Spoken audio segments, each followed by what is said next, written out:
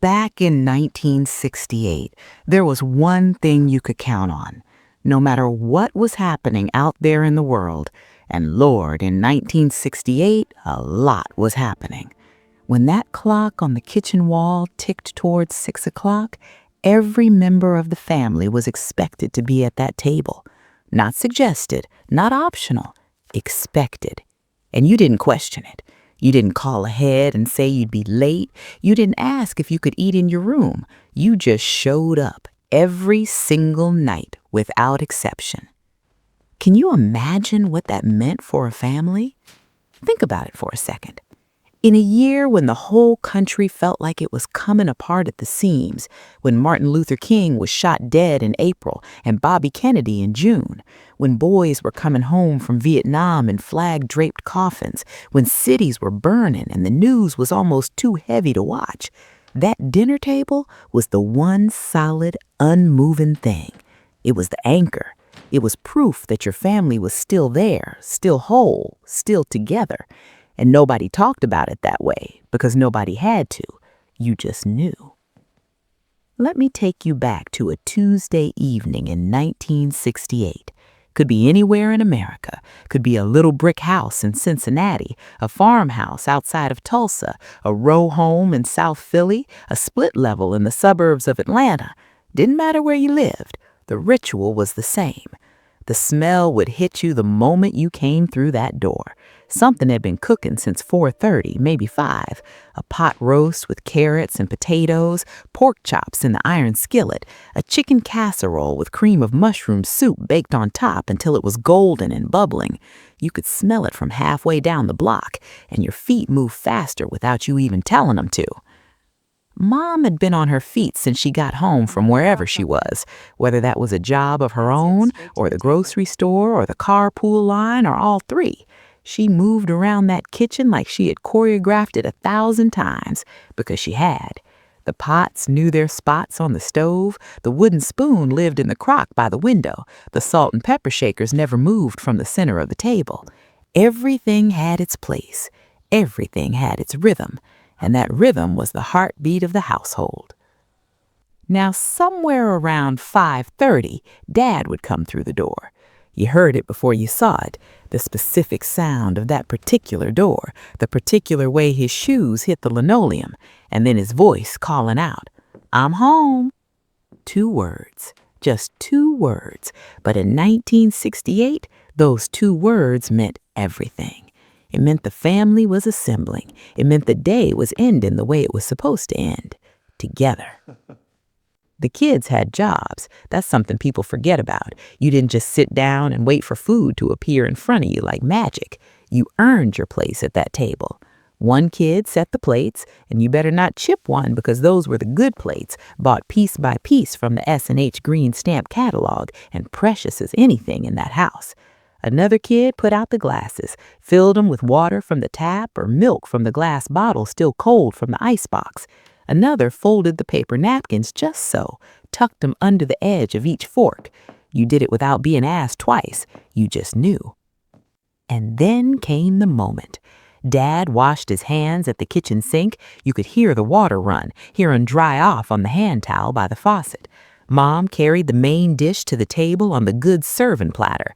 Everybody took their seat, the same seat every night. Nobody had to be told where to sit. Your chair was your chair. It was as fixed and certain as your name. Before anyone picked up a fork, there was trace. Whether your family was deeply religious or just traditionally respectful, somebody said something. In a lot of homes, it was Dad's job. He'd bow his head, and the whole table went quiet. Even the little ones, even the restless ones, even the ones who'd been arguing 5 minutes before, they went still. Dear Lord, thank you for this food and for this family. Amen. Simple, honest, true.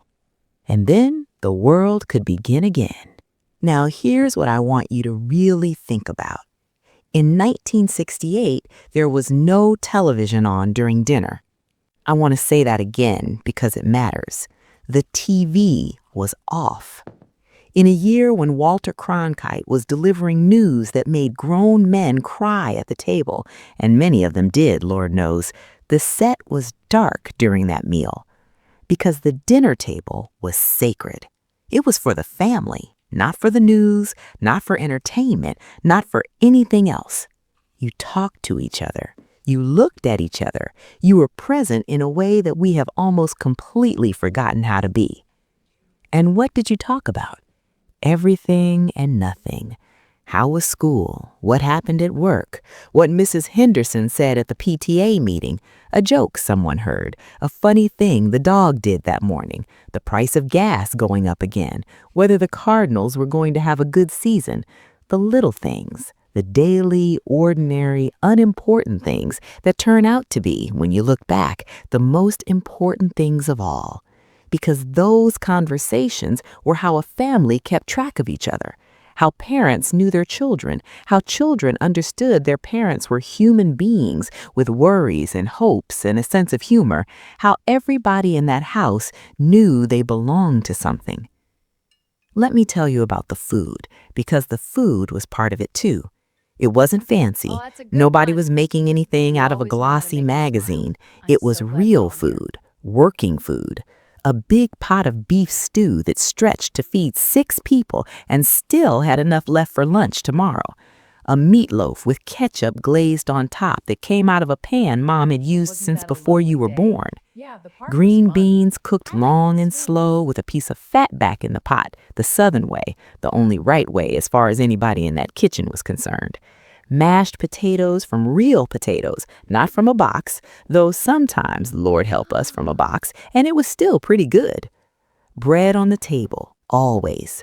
A loaf of Wonder Bread or homemade rolls if it was a Sunday kind of Tuesday, warm from the oven and impossible to eat just one of.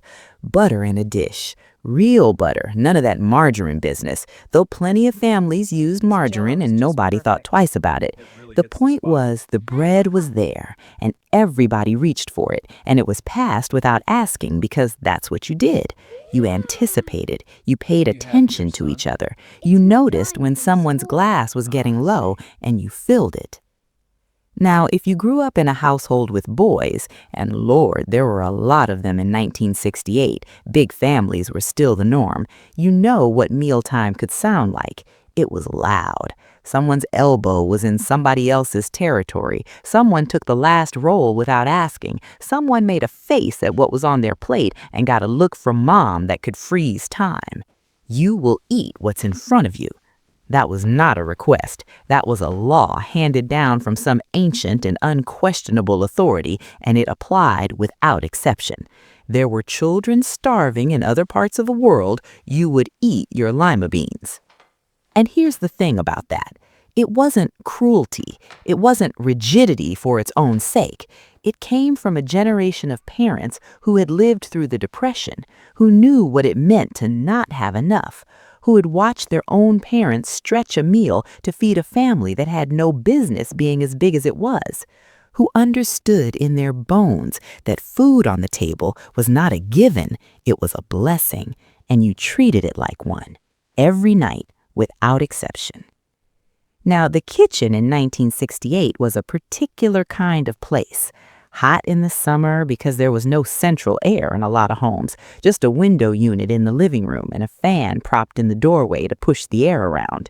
The linoleum floor in colors that would make you squint today. Avocado green, harvest gold, burnt orange. The refrigerator humming in the corner, that old Frigidaire that had been there since Eisenhower was president and showed no signs of quitting. Magnets on the door, a plastic pineapple, a little ceramic lobster from a trip to Maine, a calendar from the hardware store on Oak Street. The kitchen smelled like everything that had ever been cooked You're in it, back. all the meals layered on top of each other like rings in a Just a tree. patch. Outside that kitchen window, 1968 was doing what 1968 did. It was the year that shook America so hard, some people were never quite the same afterward. In April, Dr. King was killed on a hotel balcony in Memphis, and the grief that came through that television set was like nothing the country had ever seen. In June, Bobby Kennedy, the one so many people had their hopes pinned to, was shot in a hotel kitchen in Los Angeles. Boys were coming home from Vietnam, some in uniform and some in boxes, and every family with In a a few son of hours, the draft alarm age clock will ring lived and the with a day will begin as the particular kind cycle of of turning seer in that towards sat 6 o'clock. down at the dinner table with them every single night, whether they talked about it or not. And yet, that table held. Night after night after night, that table held. Because what else do you do when the world outside is frightening and uncertain and beyond your control? You come home, you sit down, you say grace, you pass the bread, you look at the faces of the people you love most, and you confirm wordlessly that they are still there, that you are still there, that whatever is happening out in the world, in this room, right now, everything is all right. You are together, and being together is enough. There's a word people use now. They call it mindfulness, being present, being in the moment. In 1968, nobody called it that, but that's exactly what happened at 6 o'clock every evening across America. The dinner table was the original mindfulness practice. You couldn't be anywhere else. You couldn't scroll through something or check your messages or half listen while you watched a screen. You were at that table, in that chair, with those people, eating that food, having that conversation. That was the whole world for 45 minutes, and it was enough. It was more than enough. Now, let me tell you about Sunday dinner, because Sunday dinner was its own thing entirely. If every night's dinner was sacred, Sunday dinner was the high holy day. In many households, it started at noon after church, and it could last until 3 in the afternoon without anyone thinking that was too long. Extended family showed up, grandma and grandpa, an aunt and uncle and their kids, a neighbor who had nowhere else to be. The table that could barely fit 6 on a regular night somehow expanded, a card table pushed up against the end, covered with the same tablecloth so it looked intentional, and fit 12. Sunday dinner meant the good china, the set that lived in the hutch in the dining room and came out a handful of times a year, the gravy boat that was a wedding gift and was treated accordingly, a roast that had been in the oven since 8 that morning, filling the whole house with a smell so rich and particular that decades later, when you catch just a hint of it somewhere, a restaurant, a neighbor's house, something in your chest does a thing it hasn't done in years. The conversation at Sunday dinner was different from the weeknight kind. Bigger stories came out, memories, the old days. Grandpa would get talking about something from 30 years back, a job he had, a town he lived in, a car he drove, and everyone would lean in just a little because these stories were the inheritance. They were how you knew where you came from, how you understood that the family had been through hard times before and had come through them, how you felt sitting there at that table like part of something larger than yourself and longer than your own lifetime. Kids sat at that table and absorbed things they didn't know they were absorbing. They learned how adults talk to each other, how disagreements got handled. And yes, sometimes there were disagreements because families are families, and 1968 had plenty of things to disagree about. They learned how to wait their turn to speak, how to listen, how to sit still for longer than they thought they could, how to be part of something that was bigger than their own immediate wants. These were lessons that didn't come from school. They came from the dinner table every night without exception. Think about what a child understood just from watching. They watched Dad hold the door for Mom when she carried something heavy.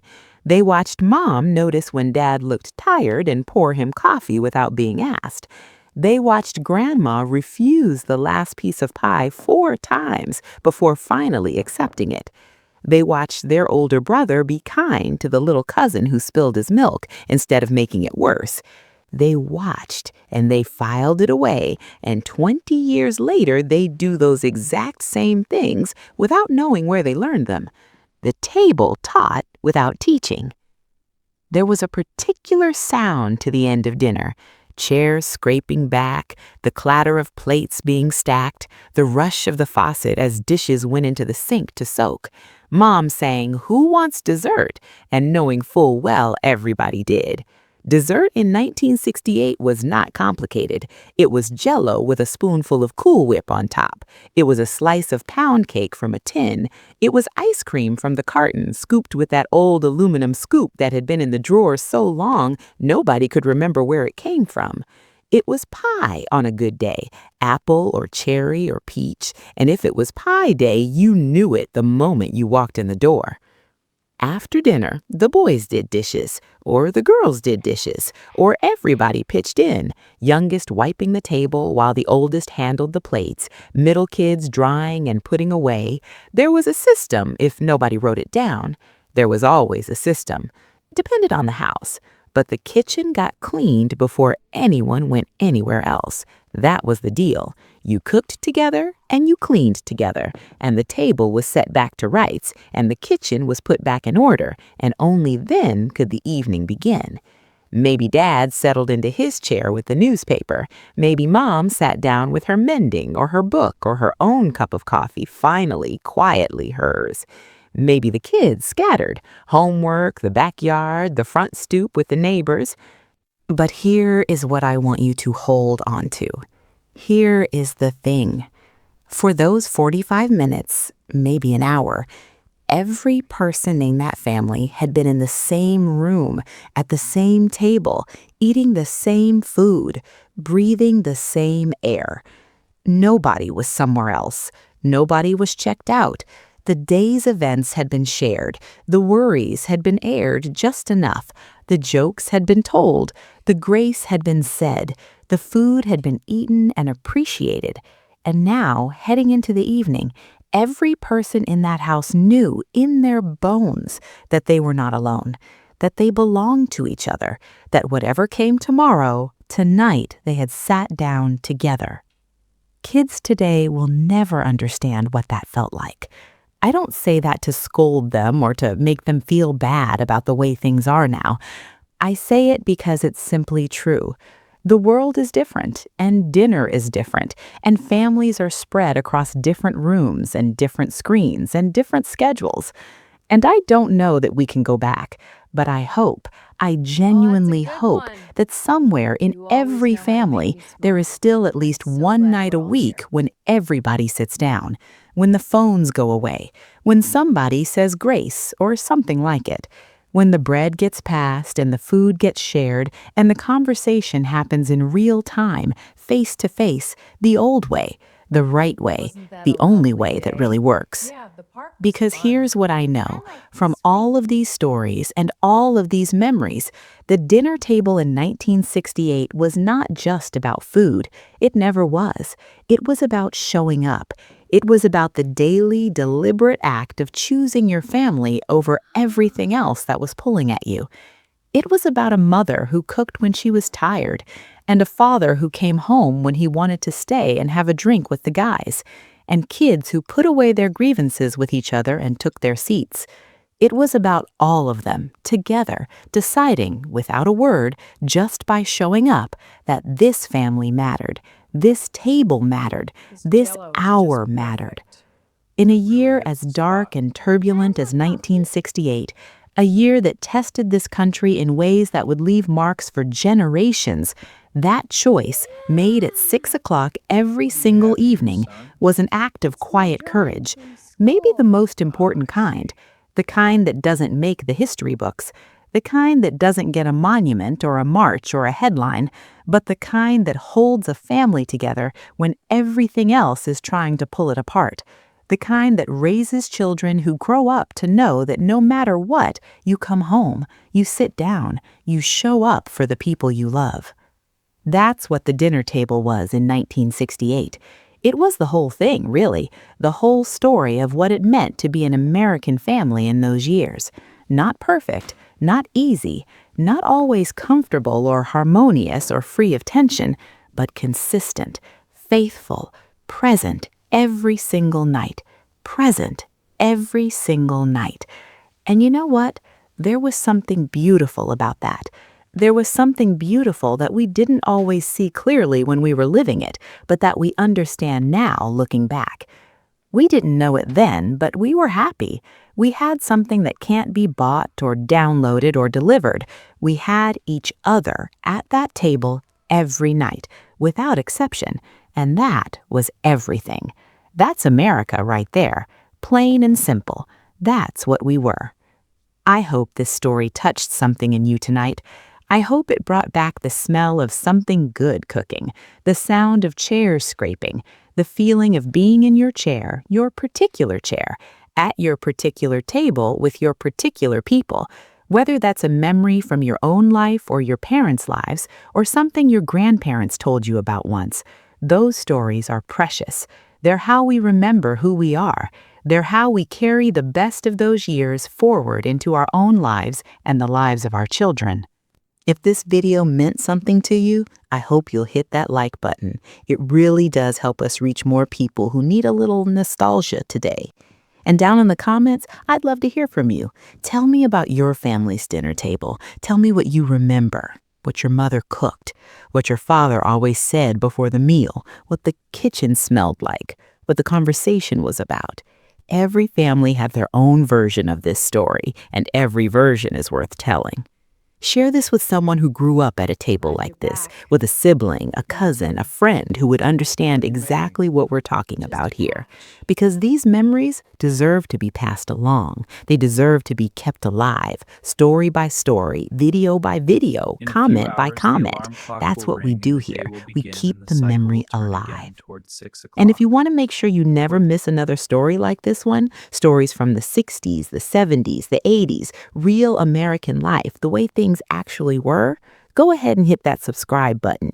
Every week we're here telling the stories that matter, the ones that bring us back to who we were and remind us of what we carry with us still. Take care of yourselves, folks. Set the table tonight if you can. Call somebody you love. Hold the door open. Say thank you out loud. And we'll see you in the next story.